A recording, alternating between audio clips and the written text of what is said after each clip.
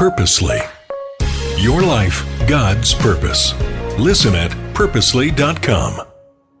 Luke, a 24-day journey to Christmas. We hope you enjoy chapter 6. Now, on the second Sabbath after the first, he was going through the grain fields. His disciples plucked the heads of grain and ate, rubbing them in their hands.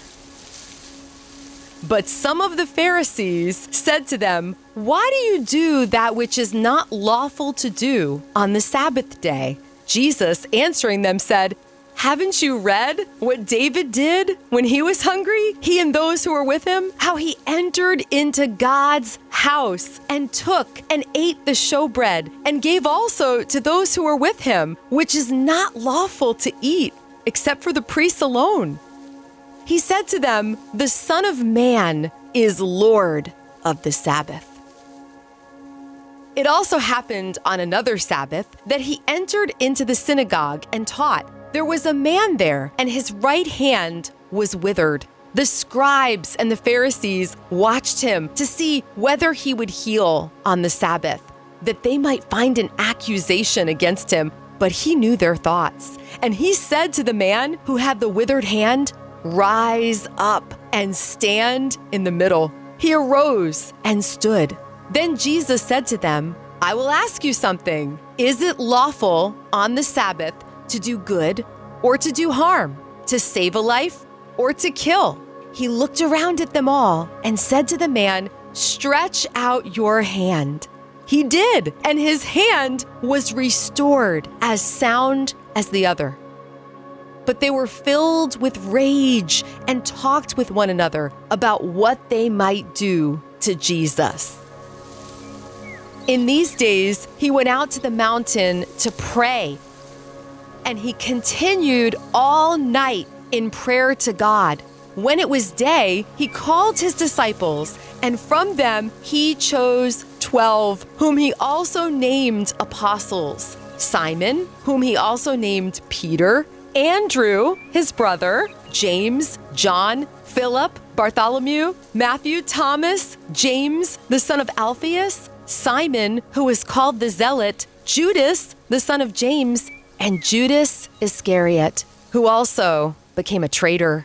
He came down with them and stood on a level place with a crowd of his disciples and a great number of the people from all Judea and Jerusalem and the seacoast of Tyre and Sidon, who came to hear him and to be healed of their diseases, as well as those who were troubled by unclean spirits, and they were being healed. All the multitude sought to touch him, for power came out of him and healed them all. He lifted up his eyes to his disciples and said, "Blessed are you who are poor, for God's kingdom is yours. Blessed are you who hunger now, for you will be filled. Blessed are you who weep now, for you will laugh.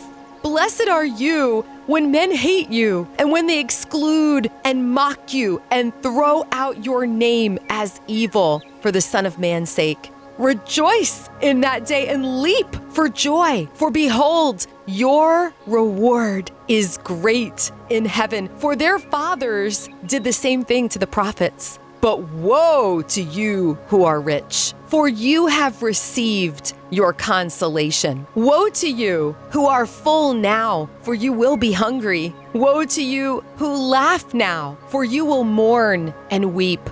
Woe when men speak well of you, for their fathers did the same thing to the false prophets.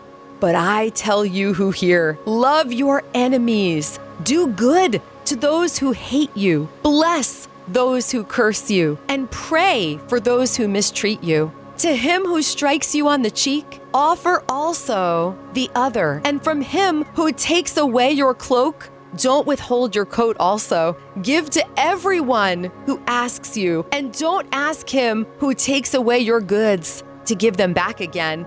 As you would like people to do to you, do exactly so to them. If you love those who love you, what credit is that to you? For even sinners love those who love them. If you do good to those who do good to you, what credit is that to you? For even sinners do the same. If you lend to those from whom you hope to receive, what credit is that to you? Even sinners lend to sinners to receive back as much. But love your enemies and do good and lend, expecting nothing back, and your reward will be great, and you will be children of the Most High, for He is kind toward the unthankful and evil. Therefore, be merciful, even as your Father is also merciful. Don't judge, and you won't be judged. Don't condemn, and you won't be condemned. Set free, and you will be set free. Give, and it will be given to you. Good measure, pressed down, shaken together, and running over will be given to you. For with the same measure you measure, it will be measured back to you. He spoke a parable to them. Can the blind guide the blind? Won't they both fall into a pit?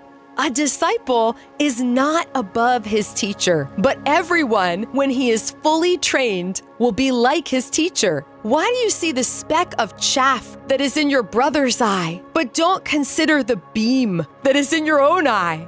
Or how can you tell your brother, brother, let me remove the speck of chaff that is in your eye, when you yourself don't see the beam that is in your own eye? You hypocrite! First, remove the beam from your own eye, and then you can see clearly to remove the speck of chaff that is in your brother's eye. For there is no good tree that produces rotten fruit, nor again a rotten tree that produces good fruit. For each tree is known by its own fruit. For people don't gather figs from thorns, nor do they gather grapes from a bramble bush. The good man, out of the good treasure of his heart, brings out that which is good, and the evil man, out of the evil treasure of his heart, brings out that which is evil. For out of the abundance of the heart, his mouth speaks. Why do you call me Lord, Lord, and don't do the things which I say? Everyone who comes to me and hears my words and does them, I will show you who he is like. He is like a man building a house who dug and went deep and laid a foundation on the rock. When a flood arose, the stream broke against the house and could not shake it because it was founded on the rock. But he who hears and doesn't do is like a man who built a house on the earth without a foundation, against which the stream broke, and immediately it fell. And the ruin of that house was great.